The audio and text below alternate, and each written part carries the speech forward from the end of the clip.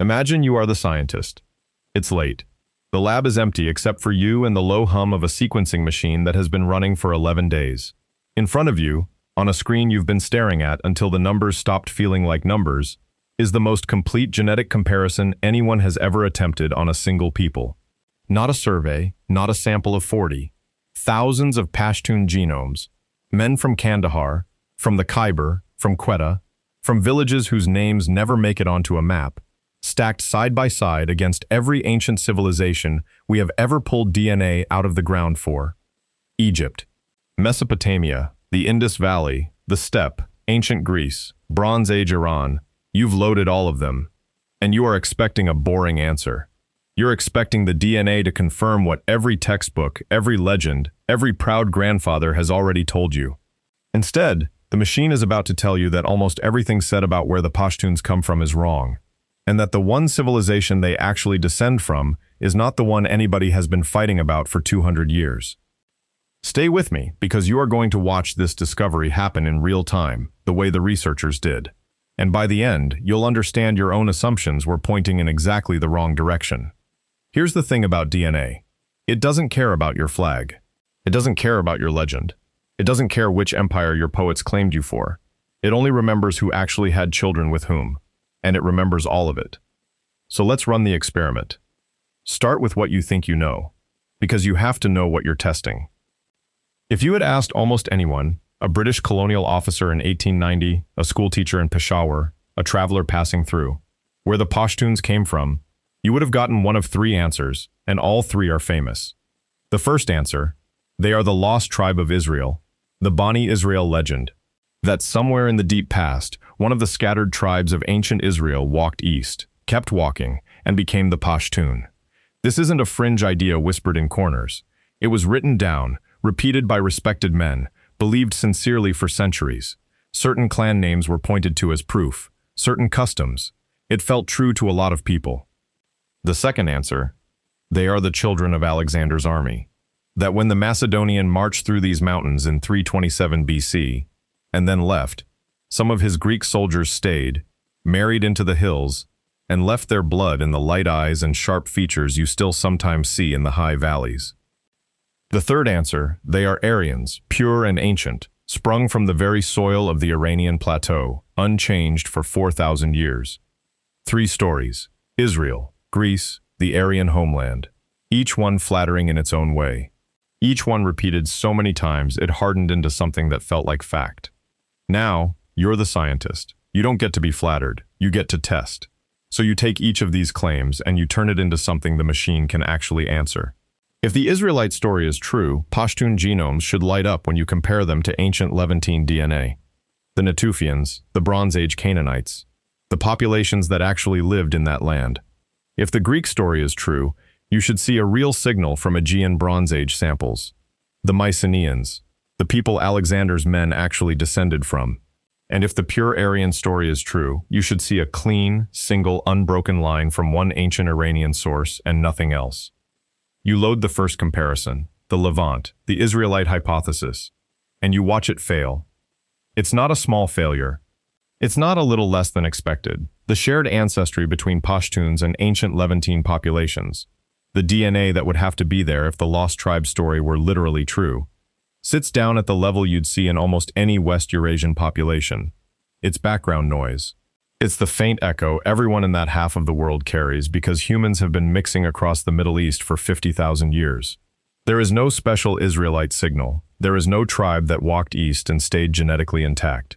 If it had happened, the genome would show a distinct, traceable Levantine block, the way a drop of dark ink shows up in clear water. There is no drop, there is no ink.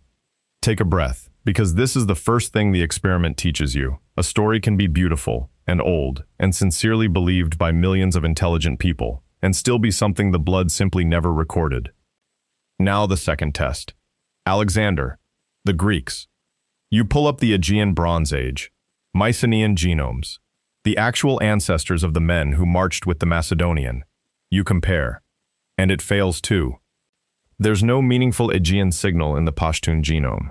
The idea that a few thousand Greek soldiers, passing through 23 centuries ago, left a lasting genetic stamp on an entire people It collapses the moment you make it specific. Armies pass. Empires pass. Genetically, they usually pass like weather. A lot of noise, a lot of story, and almost nothing left in the ground when it's over. Alexander conquered these mountains. He did not repopulate them. The DNA is blunt about it. 2 legends down. And notice what's happening to you as the scientist. You started expecting a boring confirmation. Now you're leaning toward the screen. Because if it isn't Israel, and it isn't Greece, then the third story, the pure ancient Aryan homeland, is the only one left standing. And you're about to test that too. That's when the experiment stops eliminating and starts revealing. You load the ancient DNA from the region itself, not modern, ancient, skeletons from Bronze Age Iran and Central Asia.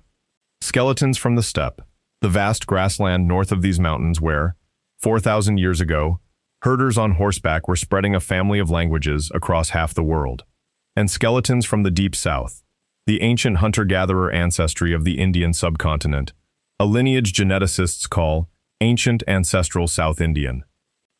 And here is where you'd expect, if the pure Aryan story were true, to see one source, one clean line, one unbroken thread from a single ancient people. That is not what appears. What appears is a braid. The Pashtun genome is not a single inheritance. It's a weave of at least 3 separate ancient streams that met in these mountains and never came apart. There is a deep layer from the ancient farmers and peoples of the Iranian plateau, the oldest thread, the one that was already here. There is a powerful signal from the steppe herders, the horsemen who came down out of the grasslands in the 2nd millennium BC, the same movement that carried the Indo-Aryan and Iranian languages. The reason a Pashtun word, and a Persian word, and even a distant English word can still rhyme. And there is a third thread, the indigenous South Asian ancestry, the deep substrate of the subcontinent itself. This is the real answer, and it comes straight out of the biggest study ever done on the region, Narasimhan and colleagues, published in Science in 2019. The formation of human populations in South and Central Asia, more than 500 ancient genomes.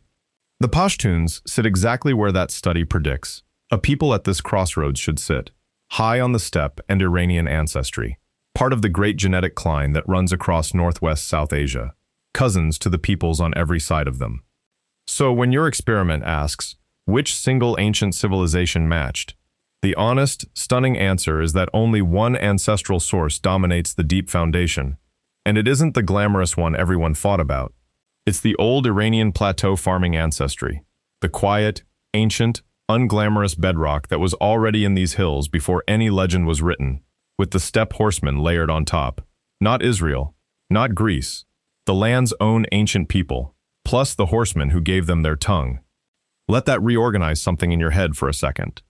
And if this is the kind of thing that reorganizes something in your head, the difference between the story a people tells and the story their blood actually kept, then subscribe. Not for the algorithm, because there are a lot more of these. Every population on Earth has a version of this reveal waiting, and you're going to want to be here when the next genome comes back. Now, back to the lab, because a good scientist doesn't stop at the headline. A good scientist asks the harder question. Not just what are they made of, but why did people believe the wrong thing so hard, for so long? And the honest answer is uncomfortable and human. The legends weren't stupid. They were doing a job that DNA can't do. The Israelite story gave a scattered mountain people a place in a sacred history. The Greek story gave them a link to the most famous conqueror who ever lived. The pure Aryan story gave them dignity and antiquity in a century when other men were measuring skulls and ranking human beings. Every one of those legends was a kind of armor. And you don't take a people's armor without understanding why they forged it. But here's what the DNA offers in exchange, and it's better than the legend. The truth is that the Pashtuns are not borrowed from someone else's history. They are not Israel's leftovers or Greece's accident. They are a genuinely ancient people of this specific place, a braid of the plateau's first farmers, the grassland's horsemen, and the subcontinent's deep foundation, twisted together over 4,000 years, into something that exists nowhere else on Earth. You don't need to be a lost tribe when you are, genetically, an original one. Now watch what the experiment does to the neighbors, because this is where it gets almost tender. When you place the Pashtun genome next to the peoples around them, the Tajiks, the Balochs, the Punjabis to the east, the Persians to the west, They don't stand alone and isolated the way the legends imply. They stand in a family. The same three threads, mixed in slightly different proportions, run through all of them. The border that a British officer drew on a map in 1893, the Durand Line, cuts straight through a genetic continuity that is thousands of years older than the pencil that drew it. The blood doesn't know the border is there. And the Kalash, those famously light-eyed people of the Hindu Kush that the Alexander legend loved most of all. The DNA tells a different, quieter story about them too. Not Greek soldiers, a small, isolated population that stayed separate for so long that genetic drift, not Macedonian blood, sharpened their distinctness. Isolation, not invasion. The mountains didn't import their strangeness. They preserved it. Do you see what's happened over the course of this experiment? Every dramatic, imported, borrowed origin story got quieter, and the real story got deeper. That's almost always the shape of it. The blood trades a flashy ancestor for an older, truer, more local one. So let's close the machine.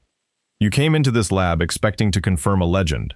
You're leaving it having watched three of them fall: Israel, Greece, the pure single homeland, and having watched something more durable rise in their place. A people woven from the plateau's ancient farmers, the steppes' horsemen, and the deep foundation of the subcontinent. Cousins to everyone around them, original to the ground under their feet, older, in the only record that can't be edited, than any story ever told about them. The screen goes dark. The sequencer finally stops humming, and you sit there with the strange, humbling feeling every honest geneticist eventually gets, that the truth in the blood was always more interesting than the myth we brought to it. That's the thing about DNA. It doesn't flatter you. It doesn't lie to you. It just quietly hands you the one story that actually happened, and dares you to find it more beautiful than the one you made up. Usually, it is. Thank you for watching. See you in the next one. Thanks for staying until the very end. Goodbye for now.